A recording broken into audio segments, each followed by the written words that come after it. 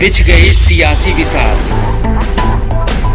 खेला जा रहा है सियासी खेल, जारी है वार पलटवार। शह और मात के खेल में बनाई जा रही है रणनीति। कौन पड़ेगा किस पर भारी, ये कभी भी सिर्फ हस्तक्षेप.com पर अमलेंदु उपाध्याय के साथ।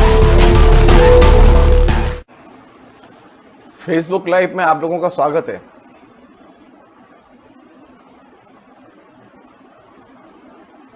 आज मैं अपनी आत्मकथा का एक दूसरा पहलू जो कि मथुरा से ही जुड़ा हुआ है उसकी चर्चा करूंगा कि मथुरा के मेरे दोस्त और मथुरा का जनतांत्रिक परिदृश्य।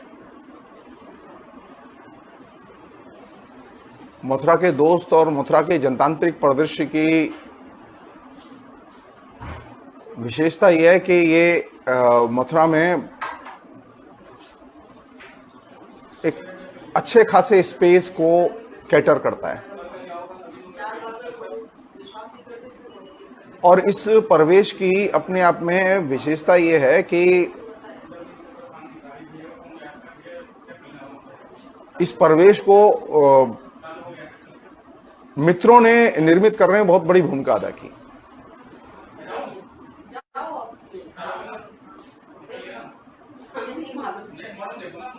मित्रों का पूरा जो दायरा रहा है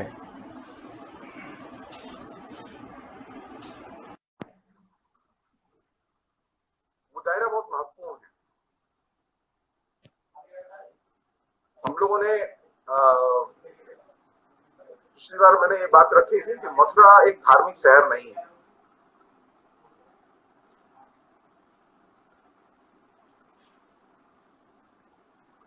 दिक्कत यह है कि मथुरा को और मथुरा के आसपास के जीवन को लोग एक धार्मिक शहर के तौर पर देखते हैं। मथुरा एक धार्मिक शहर नहीं है और इस जो पॉपुलर हवा बनाई गई धार्मिक शहर की, उसी के आधार पर मथुरा के आसपास के इलाके वो धार्मिक क्षेत्र घोषित कर दिए गए। मथुरा शहर धार्मिक शहर नहीं, मथुरा शहर एक सांस्कृतिक शहर है जिसकी जो धुरी है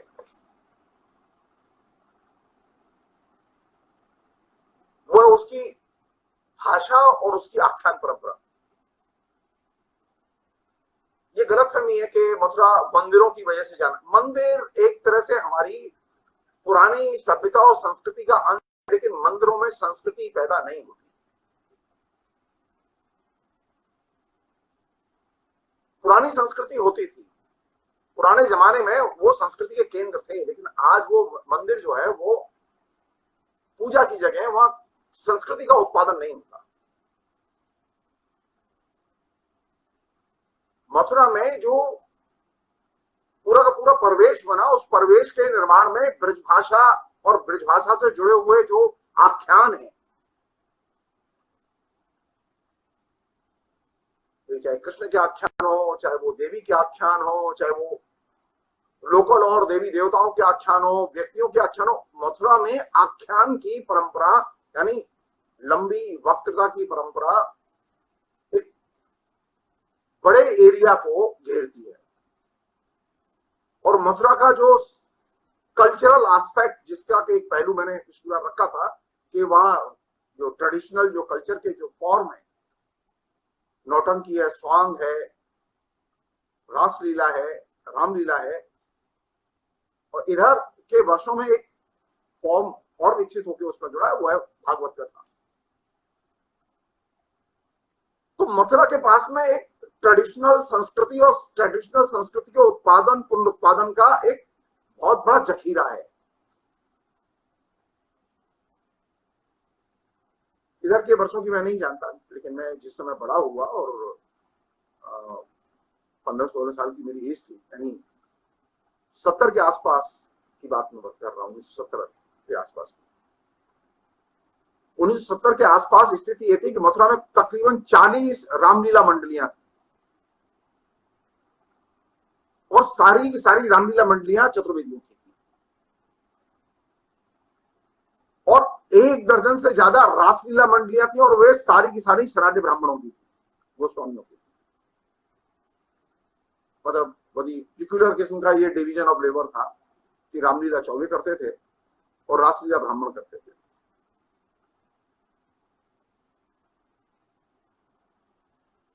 और ये जो रामलीला और रासलीला मंडलियों का जो दायरा था वो सिर्फ मथुरा में केंद्रित नहीं था। मथुरा में जो लोग रामलीला करते थे वे मथुरा, जो जिनकी मंडलियां मथुरा में थी, वे पूरे देश में जाती थी। उसी तरह रासलीला वाले पूरे देश में जाते थे। तो संस्कृति के प्रचार प्रसार, द्वारकाधीश का आख्यान या बांके बिहारी का आख्यान कहने के लिए लोग मथुरा से बाहर नहीं जाते थे। किसी धार्मिक आख्यान को प्रचारित करने के लिए, किसी मंदिर का प्रचार करने के लिए लोग मथुरा से बाहर नहीं जाते थे और मथुरा में भी प्रचार नहीं करते। इसलिए मथुरा के बारे में ये जो कॉन्सेप्ट बना हुआ है कि मथुरा एक धार्मिक शहर है, ये कॉन्सेप्ट गलत है। मथुरा सांस्कृतिक शहर है और बहुत ही, जो इसे कहें कि ट्रेडिशनल, जो धर्मनिरपेक्ष संस्कृति के रूप है, खासतौर पर परफॉर्मिंग आर्ट्स के जो रूप हैं, उनका ये बहुत बड़ा गढ़ रहा है, आज भी है।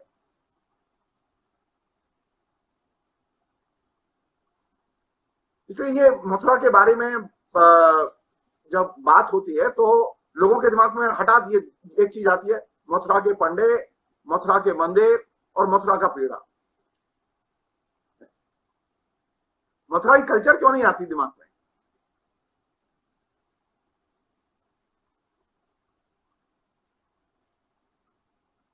हिंदुस्तान के प्रत्येक महानगर में रामलीला की कल्चर को समृद्ध करने में मथुरा की मंडलियों की बहुत बड़ी भूमिका रही है। पूरे हिंदुस्तान में रासलीला के कल्ट को विकसित करने में मथुरा वृंदावन की रासलीला मंडलियों, वृंदावन रासलीला मंडलियों का केंद्र और मथुरा जो है रामलीला मंडलियों का केंद्र।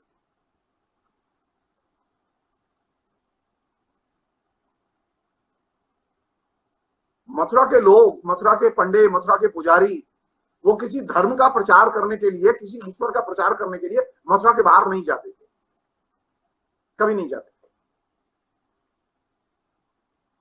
मथुरा में जितने मंदिर हैं ट्रेडिशनली, वहां कोई शिष्य परंपरा नहीं है। वेटिकन में शिष्य परंपरा है, वेटिकन में वहां पर जो है ईसाई परंपरा है, लेकिन बांके बिहारी मंदिर में कोई शिष्य परंपरा नहीं है। गोविंद देव जी के मंदिर में, रंग जी के मंदिर में कोई शिष्य परंपरा नहीं है। द्वारकाधीश के मंदिर में कोई शिष्य परंपरा नहीं है। इसलिए मथुरा ट्रेडिशनली मंदिरों का केंद्र तो है, मंदिर तो है वहां, लेकिन मंदिर संस्कृति या धार्मिक संस्कृति का वो केंद्र नहीं है, वह संस्कृति का केंद्र है।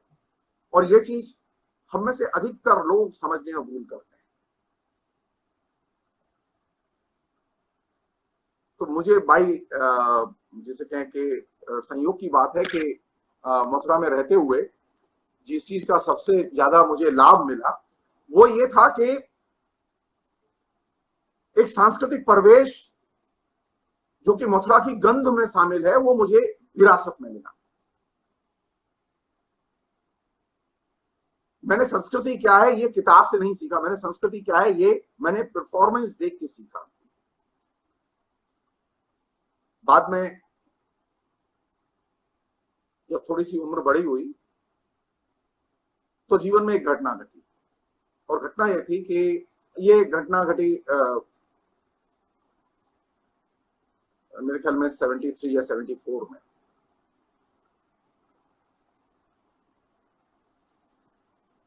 जिस माथुर चतुर्वेद संस्कृत महाविद्यालय में मैं पढ़ता था, वहां छात्र संघ भी था और अच्छा छात्र संघ था। छात्र संघ मतलब संस्कृत के विद्यार्थियों के बीच में अमावस्या और पूर्णमासी के दिन वहां छात्र सभा की मीटिंग होती थी और हम लोग कुछ ना कुछ क्रिएटिव बातचीत करते थे, घंटे, 1.5 घंटे, 2 घंटे के लिए।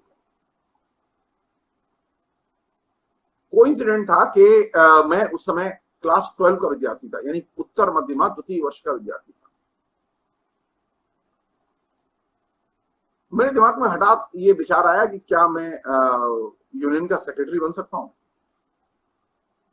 उस समय तक परंपरा ये थी कि यूनियन के सेक्रेटरी बनने के लिए शास्त्री होना जरूरी है और प्रेसिडेंट बनने के लिए आचार्य की कक्षा का विद्यार्थी होना जरूरी है। यानी शास्त्री और आचार्य के विद्यार्थी सेक्रेटरी और प्रेसिडेंट की पोस्ट पर इलेक्शन लड़ सकते हैं। लेकिन मैंने तय किया कि मुझे सेक्रेटरी बनना है। पर जस्ट ऐसे ही उचंग मन में पैदा हुई और उस उचंग के तहत तो डेट डिक्लेयर कर दी गई इलेक्शन की। मथुरा में माथुर चतुर्वेद में एक प्रैक्टिकल प्रॉब्लम थी कि संस्कृत पाठशाला में पोलराइजेशन था। व्याकरण के विद्यार्थी थे वो अलग थे। व्याकरण के जो शिक्षक थे हमारे बलदेव चौबे, व्याकरण के बहुत बड़े विद्वान थे, उन्होंने दर्जनों बड़े अच्छे लोग पढ़ाए हम, बहुत ही शानदार शिक्षक थे। तो वे वहां की छात्र राजनीति में दखल रखते थे, उसे कंट्रोल करते थे और उनकी इच्छा ये रहती थी कि जब भी कोई छात्र संघ का चुनाव हो तो उन्हीं का कोई चेला, उन्हीं के विभाग का कोई लड़का प्रेसिडेंट या सेक्रेटरी बने। मैं ज्योतिष विभाग का विद्यार्थी था, ज्योतिष का विद्यार्थी था। तो मेरे गुरुजी बड़े सरल सीधे थे, जिद्दी और धाकड़ नहीं थे, क्योंकि वो बाहर से आए थे, वो बनारस से आए थे, बनारस के रहने वाले थे, पूरनपट्टी चौबेपुर के रहने वाले थे और बनारस में पढ़े थे वो उपाध्याय। बहुत ही अद्भुत विद्वान थे सिद्धांत ज्योतिष के। तो उन्होंने कहा कि देखो बेवजह झगड़ा हो जाएगा, विभागों में मनमुटाव हो जाएगा, तुम पार्टिसिपेट मत करो। मैंने कहा नहीं, मैं तो मैं डिक्लेयर कर दिया कि मैं इलेक्शन लड़ूंगा। और अगले रविवार को फिक्स हो गया कि उस दिन छात्र संघ की मीटिंग होगी। तो छात्र संघ की मीटिंग का तरीका ये था कि वहां आम सभा होती थी, सभी विद्यार्थी बैठ के मिलकर फैसला करते थे और ज्यादातर फैसले सर्वसम्मति से ही होते थे और सारे शिक्षक बैठे रहते थे उसमें। तो आप समझ सकते हैं कि शिक्षकों का दखल होता था, तो शिक्षकों के सामने बोलना, असर्ट करना थोड़ा सा मुश्किल काम था।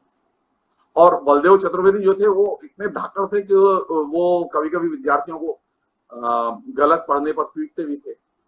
पहलवान थे, बहुत अच्छे पहलवान थे। तो मैं अपने घर आया और मैंने घर आके अपनी दादी से कहा कि हमारे यहाँ मंदिर था कि इस बार जो रविवार को पेड़ा आए, जो प्रसाद आए उसे तुम बांटना मत, उसे सहेज के रखना। बोले क्या करोगे? मैंने कहा कि मुझे काम है, मुझे अपने विद्यार्थियों को जो मेरे साथ पढ़ते हैं उनको बांटना है। तो मेरी दादी ने कहा ठीक है। सोमवार को मैं एक थैले में भर के लेके और मैंने सबको कह दिया विद्यार्थियों को 4-4 पेड़ा मिलेंगे जो मुझे वोट देगा। तो सारा इलेक्शन हुआ और उसमें सारे विद्यार्थियों ने मुझे वोट दिया और उनका जो प्रिय विद्यार्थी था बलदेव चतुर्वेदी का, जो व्याकरण के प्रोफेसर थे हमारे यहाँ, वो विद्यार्थी हार गया। अब उनकी समझ में नहीं आया कि ये हार कैसे गया, क्योंकि व्याकरण में सबसे ज्यादा विद्यार्थी होते थे, ज्योतिष में कम विद्यार्थी होते थे। हार गया तो हार गया, हम सेक्रेटरी बन गए। उसके बाद में सबको पेड़ा खिलाए गए। बाद में उन्हें पता चला कि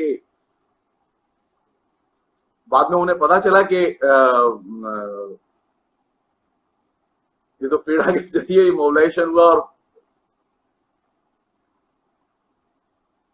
73-74 में पहली बार संयोग की बात कि मैं स्टूडेंट्स यूनियन का सेक्रेटरी चुना गया। और स्टूडेंट्स यूनियन का सेक्रेटरी ऐसे टाइम पे चुना गया, उत्तर प्रदेश में छात्र संघ के चुनाव नहीं होते थे उस समय। और ये 74 में ये घटना घटी और संयोग से अखबारों में छपी, सबकी नजर में आई। तो पता चला कि माथुर चतुर्वेदी संस्कृत महाविद्यालय ने प्रोटोकॉल तोड़ा है और छात्र संघ का चुनाव कराया है। लेकिन छोटा सा कॉलेज था इसलिए किसी ने ज्यादा सीरियसली नहीं लिया। लेकिन यहां से छात्र राजनीति की शुरुआत हुई। मैं राजनीति नहीं जानता था, संस्कृत पढ़ता था, संस्कृत के साहित्य के विषय पढ़ता था और जो अभिरुचि का एरिया था वो एरिया ये था कि जो प्राचीन जो टेक्स्ट है, यानी उपनिषद हैं, पुराण हैं, ये मेरे घर में थे और मैं यही मेरी रीडिंग सामग्री थी, आदत बनी, इसी से बनी। क्योंकि मथुरा में कोई अच्छी लाइब्रेरी नहीं थी जहां से मैं पुस्तक कलेक्ट कर सकूं और पढ़ सकूं। कहने के लिए वहां एक डिस्ट्रिक्ट लाइब्रेरी थी, लेकिन डिस्ट्रिक्ट लाइब्रेरी से पुस्तकें मिलना बहुत मुश्किल था। तो घर नहीं ले जाने देते। और लाइब्रेरी में बैठ के पढ़ने की मेरी आदत नहीं थी, मेरी आज भी आदत नहीं है। मैं इतने दिन पढ़ा हूं लेकिन मैं हमेशा घर पर पढ़ा हूं, लाइब्रेरी में नहीं पढ़ा। जवाहरलाल नेहरू विश्वविद्यालय में जब छात्र था तब भी मैं पुस्तक इशू करा के लाके अपने कमरे में पढ़ता था। बाद में मैंने इतना जो कुछ लिखा पढ़ा सब अपने घर में ही बैठ के किया। लाइब्रेरी में जाता जरूर था किताब लेने। तो ये पहला पड़ाव छात्र राजनीति का शुरू हुआ माथुर चतुर्वेदी संस्कृत महाविद्यालय से, और इसने एक नई संभावना को जन्म दिया जीवन में। उसमें एक बहुत मजेदार घटना घटी जो बतानी बहुत जरूरी है। अभी मैं जैसे जब मैं बड़ा हुआ धीरे धीरे तो मैं बहुत निडर भाव से बोलने लगा, लेकिन जिस दिन पहली बार मुझे एज ए सेक्रेटरी छात्र संघ की मीटिंग में बोलना था, जिस दिन मैं चुनाव जीता, तो चुनाव जीतने के बाद में ये था कि जनरल सेक्रेटरी अपना वक्तव्य संस्कृत में पेश करेंगे और वहां जो छात्र संघ की कार्रवाई थी वो संस्कृत में होती थी।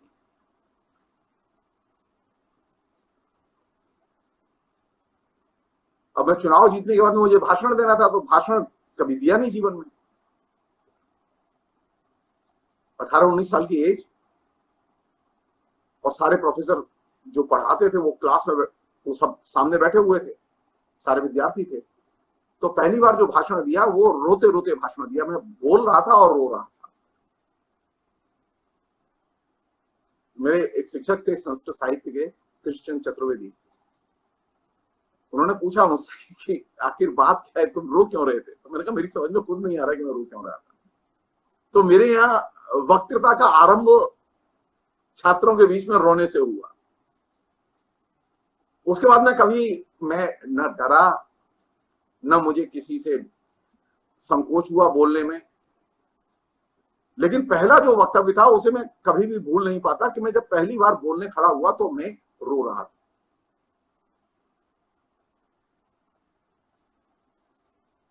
मुझे शिक्षकों से डर नहीं लगता था कभी भी, क्योंकि मेरे जो शिक्षक थे वो बहुत प्यार करते थे और वे बहुत अंदर से इंकरेज करते थे कि उनके सामने खुल के बोला जाए, उनसे तर्क किया जाए। ये संस्कृत पाठशाला में रहते हुए ये परंपरा शुरू हुई, और संस्कृत पाठशाला में रहते हुए ही पहली बार समाजवाद का ज्ञान भी हुआ। उसका भी एक बहुत ही महत्वपूर्ण पहलू है। माथुर चतुर्वेदी संस्कृत महाविद्यालय मथुरा की एकमात्र ऐसी संस्था थी जिसमें कि सोवियत संघ का सारा साहित्य जो मास्को से फ्री सप्लाई होता था वो आता था। जितने पब्लिकेशंस थे वो आते थे, उनकी किताबें आती थी, और वो पब्लिकेशन और किताबों को देखने का और संभाल के रखने का काम करते थे मथुरानाथ चतुर्वेदी, जो मथुरा में भारतीय जनसंघ के, आज जिसे हम भारतीय जनता पार्टी कहते हैं, वो जनसंघ के अध्यक्ष हुआ करते, जिला अध्यक्ष थे, बहुत बड़े नेता थे जनसंघ के। तो पहली बार मुझे समाजवादी साहित्य किसने दिया? आरएसएस के टॉप नेता ने,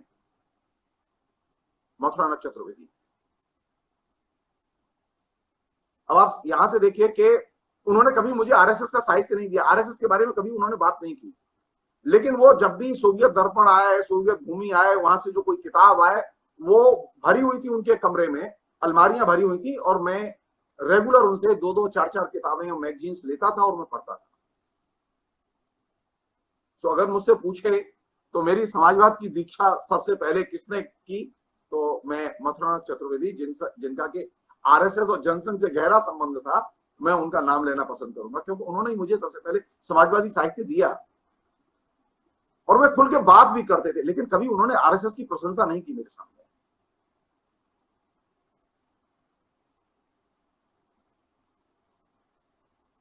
दिलचस्प था ये कि जब 74 में जब मैं छात्र राजनीति में दाखिल हुआ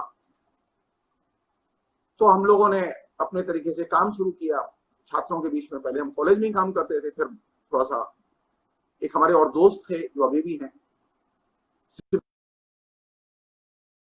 आदमी यंग थे और बहुत ही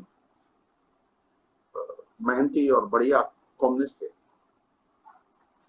वियतनाम आजाद हुआ, और वियतनाम के आजाद होने के बाद में वियतनाम की आजादी को सेलिब्रेट करने के लिए सिद्धार्थ चतुर्वेदी ने भारतीय कम्युनिस्ट पार्टी के दफ्तर में एक कार्यक्रम रखा और उस कार्यक्रम में पहली बार, मैं सिद्धार्थ चतुर्वेदी को नहीं जानता था, पहली बार सिद्धार्थ चतुर्वेदी ने पहल करके दोस्ती की। मेरा यमुना किनारे घर था, मतलब इधर जैसे मेरे इस हाथ की तरफ जस्ट 5 कदम जाइए तो यमुना बह रही है और मैं ऐसे ही बैठता था जैसे अभी बैठा हुआ यमुना किनारे मेरा घर था। तो निकले घर मेरे सामने, घर के सामने से उन्होंने कहा कि परिचय दिया अपना और कहा कि हमारे यहाँ वियतनाम आजाद हुआ, उस पर एक प्रोग्राम है, आप आइए। मैंने वियतनाम का नाम पहली बार सुना, मैं नहीं जानता था, तो मैं अखबार उस तरह से नहीं पढ़ता था।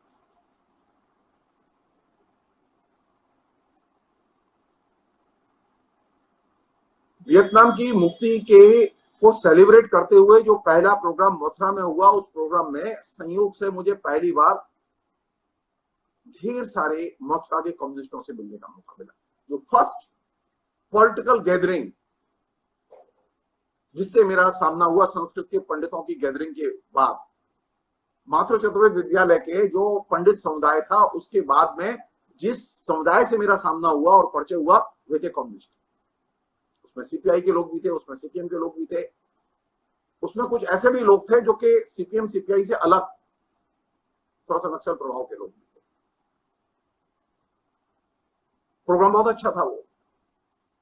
ये चीज मैं इसलिए रख रहा हूं कि मथुरा में मेरे मंदिर पर आने वाले लोग, ज्यादातर लोग ऐसे थे उस समय जो कि फ्रीडम मूवमेंट में भाग लिया था, जिन लोगों ने, कांग्रेस के लोग थे।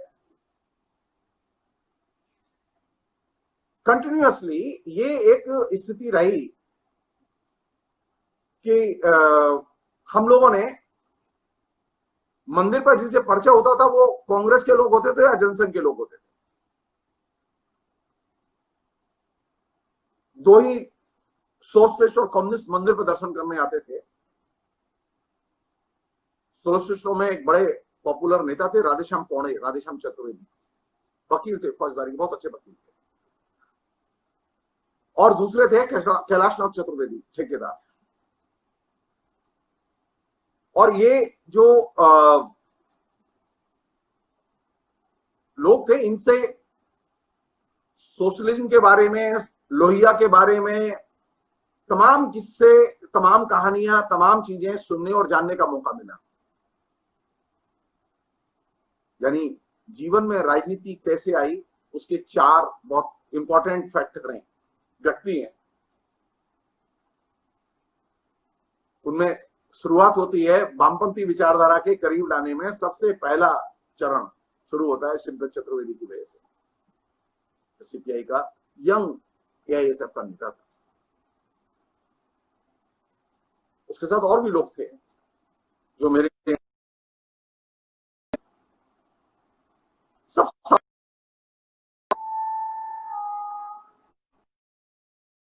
के पिता जो है फ्रीडम फाइटर थे, गौरीदत्त चतुर्वेदी, और नामी फ्रीडम फाइटर थे। तो एक तरफ संस्कृत पाठशाला और संस्कृत पाठशाला का पांडित्यपूर्ण समुदाय, और दूसरी तरफ जो नई जो सामाजिक संरचना मिली जिससे कि मैं जुड़ा, वह थी वामपंथी विचारधारा के लोगों की संरचना। इसमें उस वियतनाम वाली गोष्ठी में पहली बार सब्यसाची से मुलाकात हुई। तो इनिशियल स्टेज में जिन 4 अच्छे लोगों ने समाजवाद के करीब लाने में मदद की, उनमें पहला नाम निश्चित तौर पर मथुरानाथ चतुर्वेदी। अगर वो साहित्य नहीं देते तो मैं समाजवाद के बारे में नहीं पढ़ता, न जानता, भले ही वो आरएसएस के थे। दूसरे जो 4 लोग थे, उसमें सिद्धार्थ था, उसमें कैलाशनाथ चतुर्वेदी थे, उसमें राधेश्याम पौड़े या चतुर्वेदी थे, और सब्यसाची थे। इसके अलावा एक और जगह थी जहां से कि मार्क्सवाद की हवा मेरे पास पहुंची, और वो थे मेरे मामा, मेरे 2 मामा हैं, मधुसूदन लाल चतुर्वेदी और मनमोहन चतुर्वेदी। मनमोहन जो कवि हैं, ये दोनों कम्युनिस्ट पार्टी के लिए उन दिनों बहुत एक्टिव ढंग से काम करते। मैं मार्क्सवाद नहीं जानता था, मेरी मार्क्सवाद से कोई लगाव भी नहीं था, बल्कि मैं मार्क्सवाद की आलोचना करता था और ये लोग मार्क्सवाद के पक्ष में बहस करते थे। मथुरा में जो इनिशियल स्टेज में यानी 73, 74, 75 इन 3 वर्षों में जो प्रवेश मिला, उस प्रवेश में राजनीतिक शिक्षा का जो माहौल मिला, उस प्रवेश से मुझे एक चीज महसूस हुई। मथुरा एकदम धार्मिक शहर नहीं है, मथुरा एकदम धर्मप्राण शहर नहीं है, बल्कि मथुरा मोस्ट पॉलिटिकल सिटी है, सबसे ज्यादा एक्टिव राजनीतिक शहर है। मथुरा में कल्चर के बाद अगर कोई विषय सबसे ज्यादा उस समय डिस्कशन के केंद्र में होता था तो वो था राजनीति और राजनीतिक प्रश्न। आप मथुरा की सड़कों पर किसी भी इलाके में जाइए, आप चौक बाजार जाइए, आप छत्ता बाजार जाइए, आप भरतपुर गेट जाइए, आप किसी भी इलाके में जाइए, आप किसी से भी बात करिए, सामान्य तौर पर आम बातचीत में लोग राजनीतिक मसलों पर बहस करते हुए मिल जाते।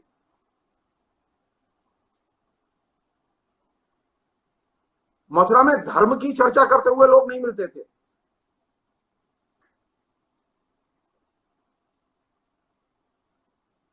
ये धार्मिक शहर है, धार्मिक शहर है, ये प्रचार किया प्रतिक्रियावादियों ने। मथुरा धार्मिक शहर नहीं है, मथुरा के लोग धार्मिक लोग नहीं है, वो अधार्मिक भी नहीं है, लेकिन धर्म उनकी दिनचर्या का हिस्सा नहीं है, राजनीति उनकी दिनचर्या का हिस्सा है। आज भी सबसे ज्यादा राजनीति करते हैं वो लोग।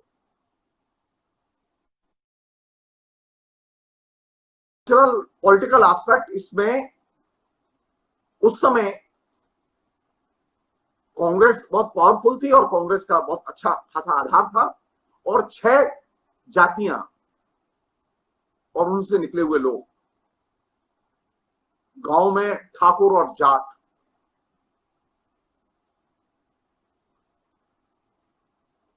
और मथुरा वृंदावन के इलाके में और गोकुल के इलाके में यहां पर ब्राह्मणों का एक अच्छा खासा वर्ग था, बनिया थे और चतुर्वेदी थे, जाटव थे और मुसलमान थे। ये कुल मिला के जातियां थी जिनसे निकल के जो लोग आ रहे थे वे पॉलिटिक्स में एक्टिव थे। और ये प्रतीकात्मक है। ये ऐसा नहीं है कि मथुरा में जो है वो शेड्यूल कास्ट लड़के पॉलिटिक्स नहीं कर रहे थे, हमारे साथ थे। शेड्यूल कास्ट में से निकल के आए हुए लड़के हमारे दोस्त थे, हमारे साथ थे। तो मथुरा के माहौल में रहते हुए आप उस समय 73, 74, 75 के बाद वाले दौर में आप मथुरा में ये देखिए कि मथुरा में लोगों की मित्रता के जो दायरे थे उसमें मुसलमान भी थे, उसमें SC ST भी थे, उसमें अब उच्च जाति के लोग भी थे, और उनमें जातिगत ये अनटचेबिलिटी का भाव नहीं था। और ये इसलिए था क्योंकि मथुरा में एक कल्चरल स्पेस पहले से उपलब्ध था, कल्चर की। जबकि वास्तविकता यह है कि मथुरा के जीवन में, सामाजिक जीवन में जाति और जाति के जो समीकरण है बहुत बुरी तरह से गुथे हुए। लेकिन ये यंग जो वामपंथी लोग थे, उनमें से एक हमारे दोस्त हैं, वो टिकेंद्र साहब, वो अभी फेसबुक लाइव में हमारे सामने बैठे हैं।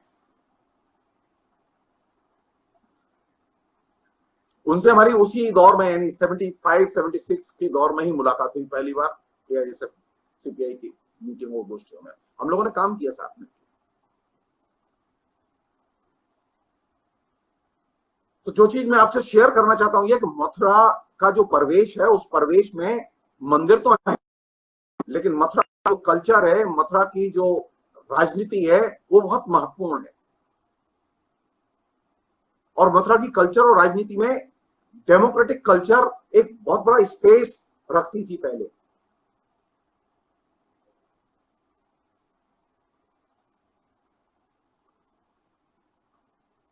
और इस डेमोक्रेटिक स्पेस को हम लोगों ने अपने तरीके से समृद्ध करने का रास्ता निकाला। और इसमें पहला कदम ये था, मतलब इनिशियली मैंने एआईएसएफ ज्वाइन की। अब एआईएसएफ भी ज्वाइन कर ली थी और मैं छात्रों संघर्ष वाहिनी से भी जुड़ा हुआ था पहले से, क्योंकि मुझे जयप्रकाश नारायण बहुत अच्छे लगते थे, तो मैं उनकी छात्रों संघर्ष वाहिनी से भी जुड़ा हुआ था। और मैं सिद्धार्थ मुझे बहुत अच्छे लगते थे, सिद्धार्थ से भी जुड़ा हुआ था, तो एआईएसएफ से भी जुड़ा हुआ था। और जब सब्यसाची से परिचय हुआ तो एसएफआई से भी जुड़ गया मैं। अब बड़ी दिक्कत थी कि मुझे ये इतना ज्ञान नहीं था राजनीति का, मुझे एक ही संगठन में रहना चाहिए, क्योंकि प्रतिबंध था नहीं कि आप एक संगठन के मेंबर हो दूसरे के मेंबर नहीं हो सकते।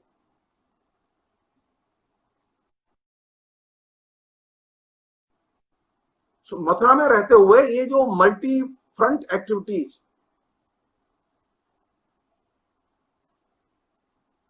और उसी समय इमरजेंसी में एक और घटना घटी, और संयोग की बात थी कि उस घटना का केंद्र बना वही संस्कृत कॉलेज। ये संस्कृत कॉलेज में पढ़ता था। मथुरा में जनसांस्कृतिक मंच का गठन हुआ, और जनसांस्कृतिक मंच का गठन की पहली मीटिंग माथुर चतुर्वेद संस्कृत महाविद्यालय में ही हुई, और वहीं उसके गठन की घोषणा हुई। आपातकाल में कैसे संस्कृति क्षेत्र में संस्कृति कर्मी काम करें, इसके लिए वो संगठन बनाया गया।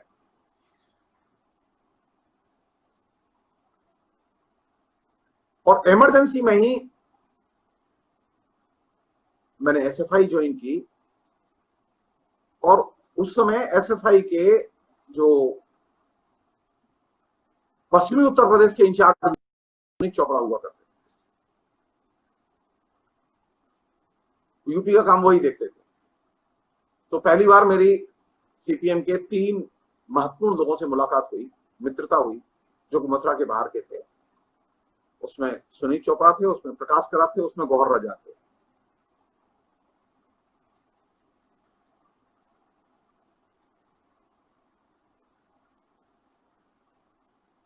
और ये सिलसिला जो शुरू हुआ, ये सिलसिला फिर चलता रहा।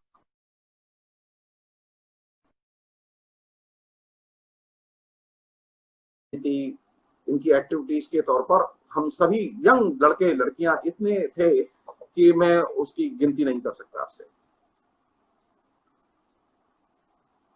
कम से कम शहर के अंदर 100-150 यंग लड़के लड़कियां थे ऐसे, जो कि हमेशा एक्टिव रहते थे। और छोटा सा शहर था, करीब 1.5-2 लाख की पॉपुलेशन थी उसकी, और उसमें ये सारे के सारे एक्टिव यंग लड़के लड़कियां थे। उसमें और लोग थे जिनकी की सांस्कृतिक फ्रंट पर बहुत बड़ी भूमिका थी, वो ज्यादा काम करते थे। मैं छात्र फ्रंट पर काम करता था। उसमें वीरेंद्र सिंह था, उसमें ऋषिकांत थे, उसमें हरवंश चतुर्वेदी थे, उसमें दिनेश अग्रवाल थे, सब्यसाची थे, उसमें रत्नेश चतुर्वेदी थे, अजय शर्मा थे, आलोक शर्मा थे, सुनील आचार्य थे, ब्रजेंद्र सिंह थे।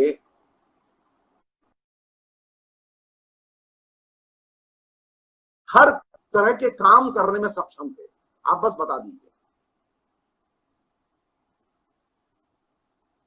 और इस पूरी प्रक्रिया में एक नई चीज घटी, वो ये थी कि हम लोगों ने मिलके एक लाइब्रेरी नेटवर्क बनाया। उसकी 4 यूनिट हुआ करती थी, और उस लाइब्रेरी नेटवर्क को बनाने में निश्चित तौर पर दिनेश अग्रवाल, हरवंश चतुर्वेदी, इन लोगों की बहुत बड़ी भूमिका थी। जनसांस्कृतिक मंच के जो लोग थे, जनसांस्कृतिक मंच की एक केंद्रीय भूमिका थी। उसकी वजह से हमें आधुनिक साहित्य और आधुनिक साहित्य से जुड़े हुए बहुत सारे लेखक, उनको पढ़ने का मौका मिला, मथुरा के लोगों को मौका मिला। जवाहरलाल नेहरू विश्वविद्यालय जाने के पहले मथुरा में रहते हुए प्रेमचंद तकरीबन मैं पढ़ चुका था, थैंक्स फॉर जनसांस्कृतिक मंच लाइब्रेरी। राहुल सांकृत्यायन को पढ़ चुका था मैं, यशपाल की अनेक किताबें पढ़ चुका था। तो जनसांस्कृतिक मंच एक हमारे लिए बहुत बड़ा फोरम था, क्योंकि वहां हर तरह की एक्टिविटीज होती थी। वहां सोशल एक्टिविटीज भी थी, वहां डिस्कशंस भी थे, वहां जो है वो पब्लिक प्रोग्राम भी थे, वहां सामाजिक कार्य भी थे, और वहां फिल्म शो भी थे, बाद में उन्होंने कुछ नाटक भी किए। तो वो था जिसमें कि खुल के यंग लड़के लड़कियां पार्टिसिपेट करते थे। मथुरा की मेरी स्मृति का एक सबसे जो इसे कहें कि सुंदर पहलू, सुंदर पक्ष, जिसे मैं शेयर करना चाहूंगा, वो ये कि मथुरा में एक कॉलेज है, केआर गर्ल्स डिग्री कॉलेज। और ये जो मैं अब आपको चीज शेयर करने जा रहा हूं, ये मथुरा की नेचर को समझने के लिए बहुत महत्वपूर्ण है। मैं जब एसएफआई के सेक्रेटरी बना बीरेन सिंह के पुलिस में चले जाने के बाद, यानी वो सब इंस्पेक्टर हो गए थे बीरेन सिंह,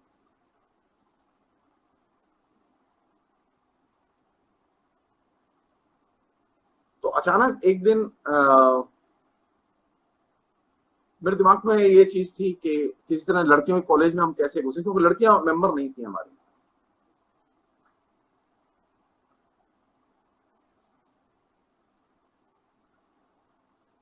अचानक मालूम पड़ा कि दो तीन जो हमारे परिचित थे, सब्यसाची की भांजी पढ़ती थी वहां, दो हरवंश की बहन पढ़ती थी, और भी एक दो लोग दोस्त थे हमारे, उनकी बहनें पढ़ती थी। मेरा कॉलेज जो है उस केआर गर्ल्स डिग्री कॉलेज के बराबर ही था, मतलब मुश्किल से एक 500 मीटर की दूरी पर।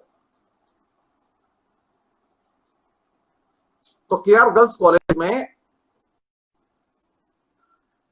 कॉलेज प्रशासन की तरफ से लड़कियों के साथ दुर्व्यवहार की एक छोटी सी घटना हुई, और उस घटना की शिकायत लड़कियों ने मुझसे की। बताया कि ऐसे ऐसे बात है, हमारे पास बैठने की जगह नहीं है, पीने का पानी नहीं है, शिकायत करने गए तो आज प्रिंसिपल ने झाड़ दिया। अच्छा, प्रिंसिपल जो थी वो बहुत ही धाकड़ महिला थी, और कविता वविता लिखती थी, प्रगतिशील लेखक संघ से जुड़ी हुई थी, सारे जनवादी प्रगतिशील सब उसके पास थे।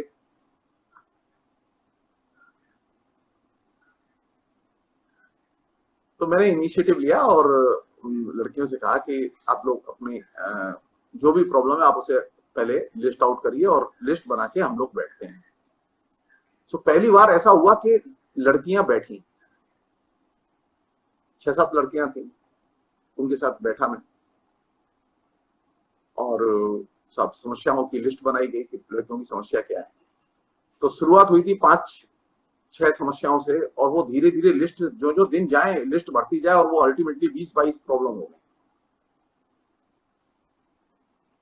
और अल्टीमेटली ये हुआ कि एक दिन मैं गया कॉलेज में, और मैंने एसएफआई के सेक्रेटरी के नाते कॉलेज के प्रिंसिपल को एक मेमोरेंडम दिया और कहा कि ये समस्या आपने हल की थी। तो प्रिंसिपल ने साफ कहा कि मैं कोई आपकी बात सुनूंगी नहीं, और मैं कोई मेमोरेंडम लूंगी नहीं, और आप यहां से निकल जाइए। कॉलेज से निकल आए, और उस घटना के बाद में लड़कियों ने आंदोलन का रास्ता अपना लिया।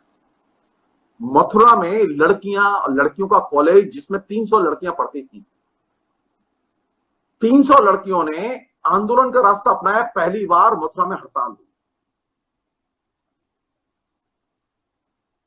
और हड़ताल ही नहीं हुई, इंडेफिनेट पीरियड के लिए हड़ताल।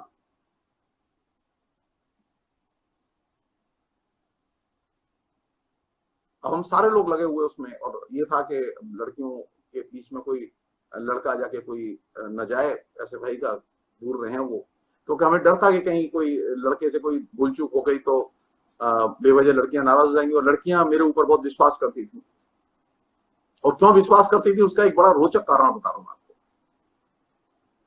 हुआ ये कि एसएफआई की मेंबरशिप कोई लड़की लेने के लिए तैयार नहीं थी।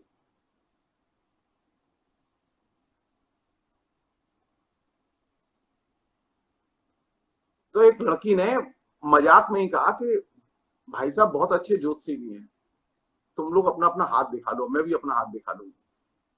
लड़कियों में ये बात बड़ी उत्सुकता से एक्टिव हो गई कि हाथ दिखा दो।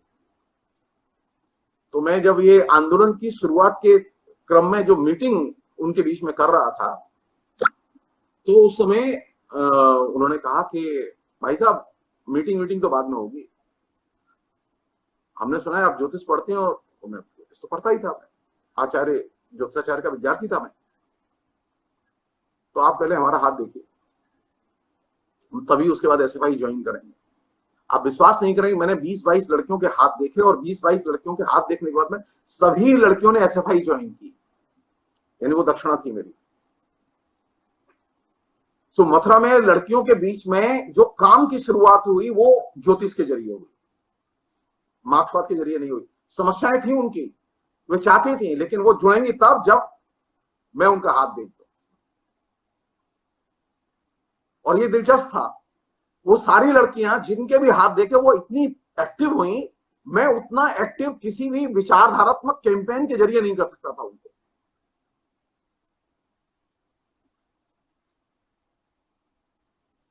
करीब 7 दिन तक कॉलेज बंद रहा और एक दिन पूरे शहर में 300 लड़कियों ने जुलूस निकाला और अंत में डीएम के यहां जाके पूरे का डीएम का घर घेर लिया अंदर से।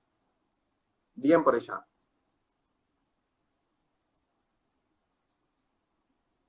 और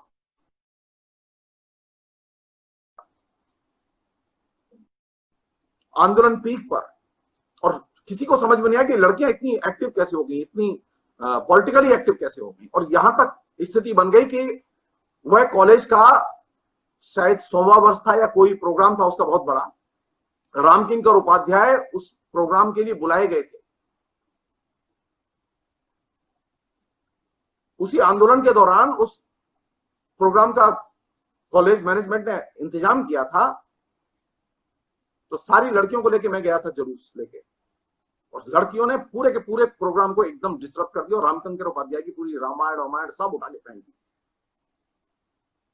रामकिंकर उपाध्याय का प्रवचन नहीं होने दिया, कहा कि पहले हमारी मांग मानी जाएगी तब कुछ होगा। मथुरा में ये मैं इसलिए कह रहा हूं कि जो लोग ये कहते हैं कि मथुरा धार्मिक शहर है, मथुरा की लड़कियां और लड़के पिछड़े हुए हैं,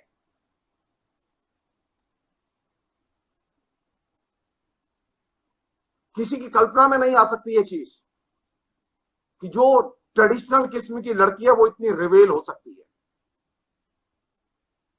और मुझे इस बात का प्रिविलेज था कि सारी लड़कियां बेइंतहा प्यार करती थी। मैं अकेला सौभाग्यशाली लड़का था जिसकी की हर एक लड़की के घर में अंदर तक एंट्री थी। ट्रेडिशनल समाज है, वहां लड़कियों से मिलने नहीं देते लोग।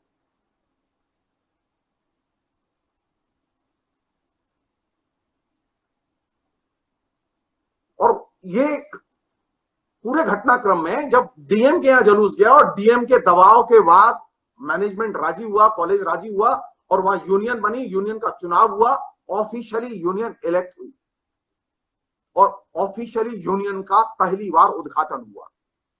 और उद्घाटन करने के लिए कौन लोग गए? उद्घाटन करने के लिए अशोकलता जैन, इंदु अग्निहोत्री, नमिता सिंह। किशोरी रमन गर्ल्स डिग्री कॉलेज के महिला कॉलेज के जो लड़कियां थी उनके आंदोलन का वह चरमोत्कर्ष था। पूरे उत्तर प्रदेश में किसी कॉलेज में चुनाव नहीं हुआ था, लेकिन किशोरी रमन गर्ल्स डिग्री कॉलेज में चुनाव हुआ।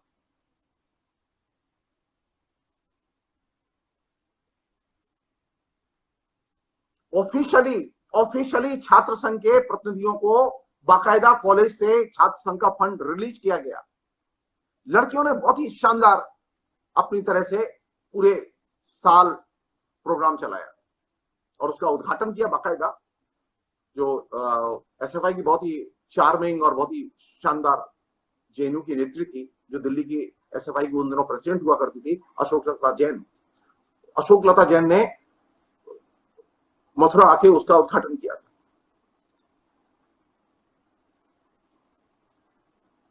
मथुरा की कल्चर में जो चीज मैं शेयर करना चाहता हूं ये कि एक जनतांत्रिक माहौल और जनतांत्रिक मूल्य के प्रति एक क्रेज, आकर्षण शुरू से है, आज भी है, आज भी लोग पसंद करते हैं।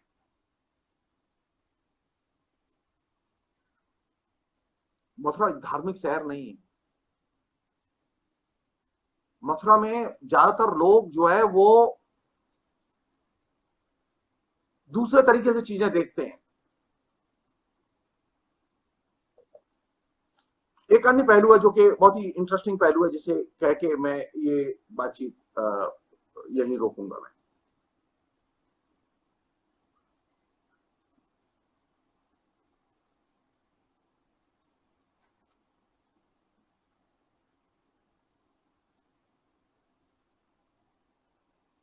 मथुरा की जो अपनी जो मित्र मंडली थी, उस मित्र मंडली का एक सबसे अच्छा पहलू ये था कि सारे लोगों में ज्ञान की बहुत भूख थी और सारे लोग बेरोजगार थे। उसमें एक ही व्यक्ति था जिसके पास में रोजगार था, जो हम लोगों के साथ था।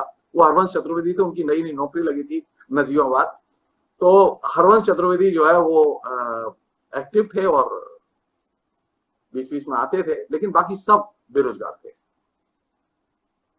और सारे बेरोजगारों के पास में खूब ज्ञान की अपनी एक भूख थी और एक आकर्षण था, ज्ञान चाहना, ज्ञान के प्रति पढ़ना, जो किताबें पढ़ी जा रही हैं उसके बारे में आपस में बातें करना।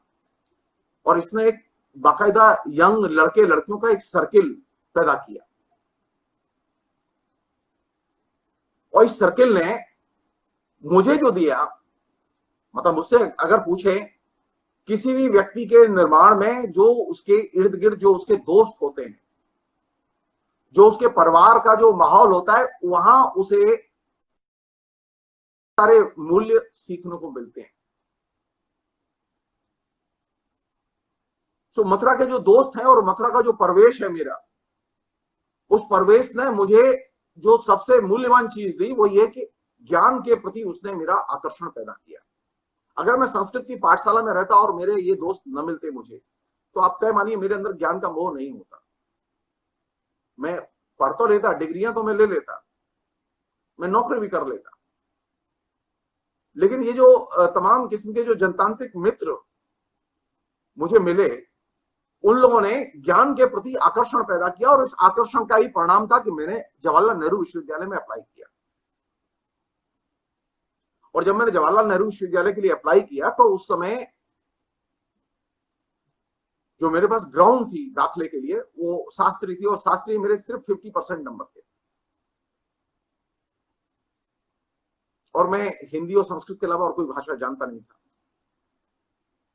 तो मुझे बहुत सब्यसाची जी ने बहुत ही हतोत्साहित किया। बार बार वो कहते थे, अरे पंडित जी रहने दीजिए, जेएनयू में तो प्रतिभाशाली लोगों का ही दाखिला होता है, संभव ही नहीं है, काहे को जा रहे हैं। मैं एसएफआई के सेक्रेटरी था, उनकी चिंता ये थी कि ये हट जाएगा तो हमारा फिर काम कौन करेगा।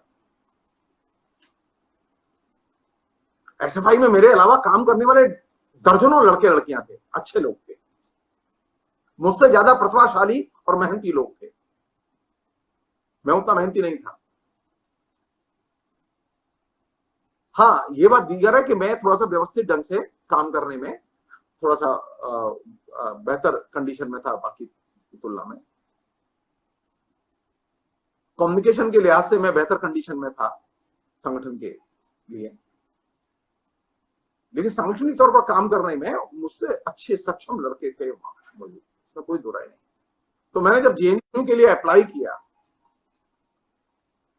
तो मेरे फॉर्म मनमोहन जी लेके आए और फॉर्म को भरा हरवंश चतुर्वेदी ने, और इन दोनों ने भर के फॉर्म जमा कर दिया। मैं तो अंग्रेजी जानता नहीं था, मैंने साइन वाइन करके फॉर्म जमा कर दिया। और जेएनयू में जब टेस्ट हुआ तो मैं टेस्ट देने गया, और टेस्ट इंटरव्यू एक ही साथ हुआ। टेस्ट में का रिजल्ट निकल गया, उसी के साथ साथ इंटरव्यू था नेक्स्ट डे। मेरे पिता नहीं चाहते थे कि मैं जेएनयू जाऊं, सब्यसाची भी नहीं चाहते थे कि मैं जेएनयू जाऊं। पिता इसलिए नहीं चाहते थे क्योंकि उनका एक संभावित पंडित बेटा क्योंकि आचार्य हो जाएगा। और मैं जब जेएनयू मैंने अप्लाई किया था तो मैं सिद्धांत ज्योतिष से आचार्य हो चुका था, मेरा रिजल्ट निकल चुका था मार्च में, और मैंने अप्लाई किया। और संयोग की बात कि मेरा जेएनयू में एडमिशन हो गया। सब्यसाची बहुत दुखी हुए इससे। उन्होंने मुझे चिट्ठी तक लिखी कि तुमने एक गलत फैसला लिया। मेरे व्यक्तित्व के विकास के लिए जरूरी था कि मैं मथुरा से निकल जाऊं। सब्यसाची आहत हो रहे हैं तो हो, क्योंकि मुझे लग रहा था कि मेरा विकास मथुरा में अब नहीं हो सकता। सो मथुरा में जो ज्ञान की भूख पैदा हुई, उसने एक एडवेंचर मेरे दिमाग में पैदा किया। उस एडवेंचर के तहत मैंने जेएनयू अप्लाई किया और मुझे दाखला मिला। और वह एक तरह से मेरे जीवन की एक लंबी छलांग थी। लिखने का शौक मुझे पहले भी था, पढ़ने का शौक तो था ही, लिखने का भी शौक था। तो मथुरा में दाखले के पहले मुझे मेरी जो मदद की, जिसे मैं कभी भूल नहीं पाता,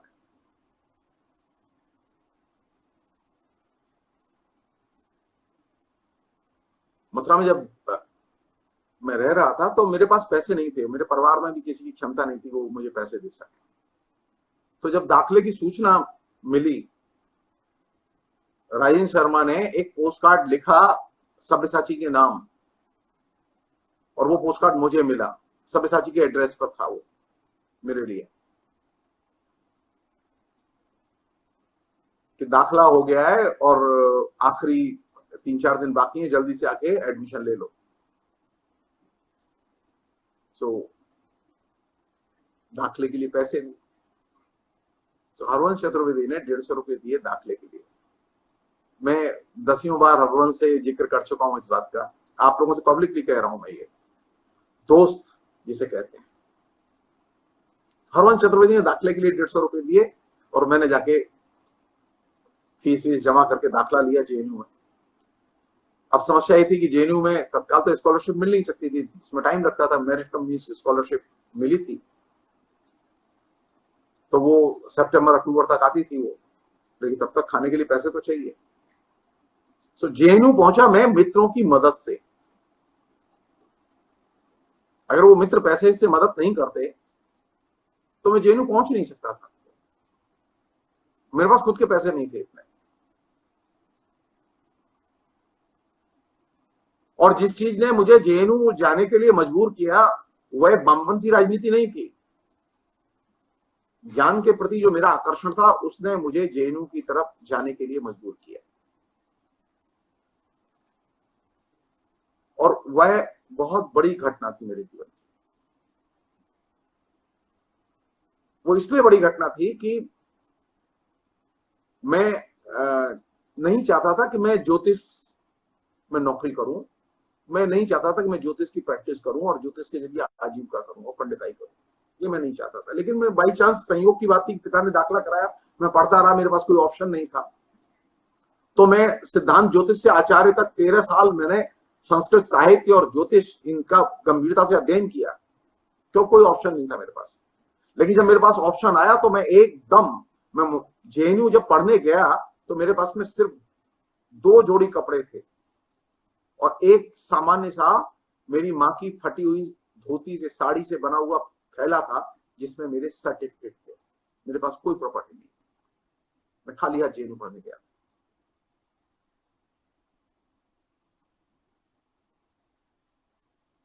मेरे पास न बिछाने के लिए कुछ था, न ओढ़ने के लिए कुछ था। और वैसी स्थिति में मैंने ये रिस्क ली कि मैं जेएनयू पढ़ने जाऊं। मुझे मालूम नहीं कि मेरी किताब कहां से आएंगी, मुझे मालूम नहीं मेरी फीस कौन देगा, मुझे कुछ नहीं मालूम। एक चीज और, मथुरा में जितने दिन मैंने पढ़ाई की, मेरी पढ़ाई पर कोई खर्चा नहीं हुआ। जो खर्चा हुआ मेरे से, संस्कृत पाठशाला का नियम था कि प्रथमा से लेके मध्यमा तक, यानी क्लास 12 तक, वहां 7 रुपया या 8 रुपया स्कॉलरशिप मिलती थी विद्यार्थियों को, प्रत्येक विद्यार्थी को हर महीने पढ़ने वाले को, और उसके बाद में 10 या 12 रुपए मिलती। सो बचपन में सारी की सारी पढ़ाई हुई फ्री में, और वह भी स्कॉलरशिप के साथ। मेरे माता पिता का मेरी पढ़ाई पर मथुरा में रहते हुए कोई खर्चा नहीं हुआ। और जब जेएनयू में दाखला हुआ तो मेरिट कम मींस स्कॉलरशिप मुझे मिल गई थी, तो जेएनयू में भी पढ़ाई फ्री में हुई, पिता का कोई खर्चा नहीं हुआ। बस दिक्कत ये थी कि जब जेएनयू गया था तो पास में पैसे नहीं थे। और ये चीज, इंटरेस्टिंग चीज ये है, रंजना अरगड़े कह रही हैं, मैं उसमें एक सिर्फ और रोचक एलिमेंट जोड़ना चाहता हूं। मैं जब जेएनयू में एडमिशन के लिए, जब इंटरव्यू होते थे एमए में एडमिशन के लिए, नामवर जी ने, मैनेजर पांडे, केदारनाथ सिंह, ये सारे लोग, फैकल्टी के जितने लोग वहां थे वो सब इंटरव्यू में थे। नामवर जी ने 1 घंटा इंटरव्यू लिया था मेरा, और 1 घंटा इंटरव्यू लेने के बाद में उन्होंने सजेस्ट किया कि जगदीश्वर जी, आप तो सिद्धांत ज्योतिष से आचार्य करके आए हैं, आपको हम तो पीएचडी में डायरेक्ट एडमिशन दे सकते हैं, आप ले लीजिए। तो मैंने कहा कि नहीं सर, मुझे पीएचडी नहीं करनी, मुझे पहले एमए करना है। 1 घंटे इंटरव्यू के बाद में नामवर जी ने जो चीज सजेस्ट की वो ये थी कि तुम डायरेक्ट पीएचडी कर लो, तुम आचार्य हो, वो एमए के बराबर है, और हमारे यहाँ इंटरडिसिप्लिनरी अप्रोच है, तुम्हारा दाखला आराम से हो जाएगा। मैंने कहा नहीं,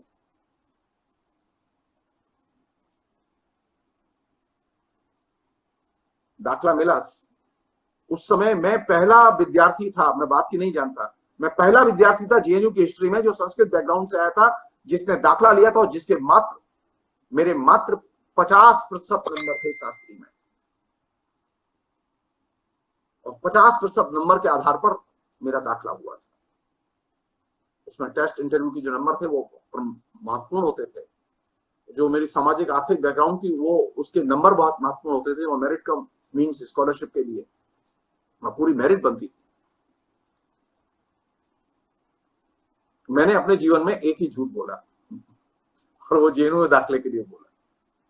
उसका जो फॉर्म था, नामवर सिंह जी की मानसिकता ये थी कि मथुरा से कोई भी आता था तो उसे दाखला नहीं देते थे, क्योंकि सब्यसाची का नाम बहुत बदनाम था, मनमोहन का नाम बहुत बदनाम था, इसके लिए कि वो वहां से जो आएगा वो मार्क्सवादी होगा। और वहां एक छात्र नेता होते थे जो हमारे दोस्त हैं, जो अभी भी फेसबुक पर हैं, अनिल चौधरी, वो स्टूडेंट्स यूनियन के सेक्रेटरी होते थे, और वो मथुरा में भी एसएफआई के सेक्रेटरी रहे। तो नामवर जी के दिमाग में ये था कि जहां से ये कम्युनिस्ट आते हैं और सीपीएम के लोग आते हैं, उन शहरों से तो दाखला ही मत दो। तो मेरा जो फॉर्म जेएनयू में भरा गया, उस जेएनयू में जो फॉर्म भरते समय डिग्रियां और उनका रेफरेंस तो मथुरा का था, लेकिन जो मेलिंग एड्रेस था उसमें बनारस का, मेरे जो ज्योतिष के टीचर थे उनके गांव का था, पूरनपट्टी चौबेपुर का। 1 घंटा इंटरव्यू के बाद में जब इंटरव्यू खत्म हुआ और मैं कमरे से निकल रहा था, तो अचानक एक शिक्षक ने, जो प्रोफेसर चिंतामणि थे जो गुजर गए, वो फाइल और क्लरिकल जॉब वही करते थे डिपार्टमेंट में दाखले के समय, तो उन्होंने नामवर जी को भड़काया कि ये लड़के के फॉर्म में एक प्रॉब्लम है। तो नामवर जी ने पूछा कि आपकी सारी डिग्रियां माथुर चतुर्वेदी संस्कृत महाविद्यालय से मथुरा में आप रहे हैं, लेकिन आपने मेलिंग एड्रेस बनारस का दिया, ये चक्कर क्या है? पूरनपट्टी चौबेपुर। मैं बनारस आज तक नहीं गया। तो मैंने कहा सर जी, बहुत ही अच्छा, ये बहुत जटिल चीज थी जिसका उत्तर देना, कन्विंसिंग उत्तर देना बहुत मुश्किल था। स्पॉन्टेनियसली मेरे दिमाग में आया, मैंने कहा ये दिक्कत ये हुई कि मेरे पिता ने मेरी माँ के मरने के बाद में दूसरी शादी कर ली, और उसके बाद विमाता के आने के बाद जो होता है वो मेरे साथ हुआ। एक मैंने झूठी कहानी गढ़ी, मुझे घर से निकाल दिया मेरे पिता ने। नामवर सिंह को ये कहानी पसंद आ गई, तो बोले फिर, मैंने कहा फिर मैं बनारस में अपने गुरुजी के यहाँ रहने लगा। जब पढ़ाई होती थी तब मैं कॉलेज के छात्रावास में रहता था, मथुरा में रहता था, और जब छुट्टियां होती थी तो बनारस चला जाता था, पूरनपट्टी चौबेपुर। तो नामवर जी ने कहा अरे वाह, ये तो बड़ी अच्छी बात है। तो वो चीज किसी तरह से बच गई, दाखला हो गया। दाखले होने के बाद 3 महीने बाद जब वहां स्टूडेंट फैकल्टी कमेटी के इलेक्शन हुआ, और उसमें जब नामवर सिंह के सारे पांचों जो उनके चहेते विद्यार्थी थे वो इलेक्शन हार गए, और एसएफआई और उसके चहेते विद्यार्थी जीत गए, जो कि नामवर सिंह के लिए बहुत बड़ा झटका था। तो नामवर सिंह ने क्लास में एक बात कही कि भाई ये बताइए, क्लास में एसएफआई कौन करता है? तो मेरा एक दोस्त था जो क्लास का टॉपर था, करुण कुमार तख्त, जो पटना यूनिवर्सिटी में प्रोफेसर है। तो उसने कहा सर जी, ये जगदीश्वर है, यही एसएफआई करता है। तो नामवर जी ने कहा कि आप एसएफआई करते हैं, आपने तो ये इंटरव्यू के टाइम पे नहीं बताया था। तो मैंने कहा कि इंटरव्यू में तो आपने पूछा नहीं था कि मैं कौन सा संगठन करता हूँ, अब उन्होंने धीरे धीरे अपने को सारी चीजें लिंक की और गुस्सा। तो मैंने धीरे से कहा, मैं सर जी ये सवाल गलत है कि एसएफआई कौन करता है, इसमें मेंबर कौन है। मैंने कहा आप ये पूछिए कि इस क्लास में एसएफआई के कितने मेंबर हैं तो ज्यादा अच्छा रहेगा। तो नामर जी ने पूछा अच्छा बताओ इस क्लास में कितने एसएफआई के मेंबर हैं। तो 20 विद्यार्थियों की क्लास थी, उसमें से 18 विद्यार्थियों ने हाथ उठाई का हम मेंबर है। नामर जी को होश हुए। मैंने कहा सर जी ये देखिए मुझे दोष क्यों दे रही है, तो 18 के 18 एसएफआई में। ये बात मैं इसलिए कह रहा हूं क्योंकि जिस एडवेंचर की वजह से मैं जेएनयू गया, वहां जाते ही जो पहला जो दृश्य उपस्थित हुआ जिसने कि मेरे भ्रम को तोड़ा,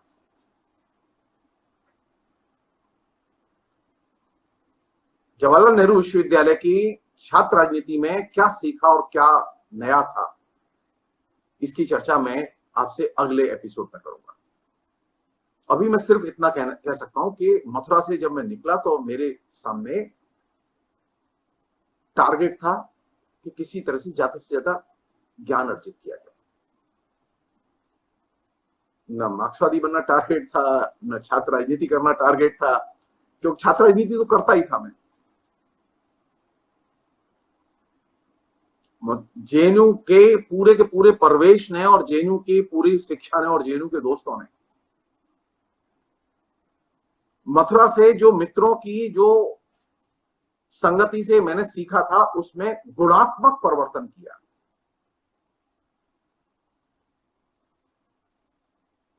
और जेएनयू जाने के बाद में निश्चित तौर पर अनेक चीजें सीखने को मिली जो कि अन्यत्र शायद सीखने को नहीं मिली।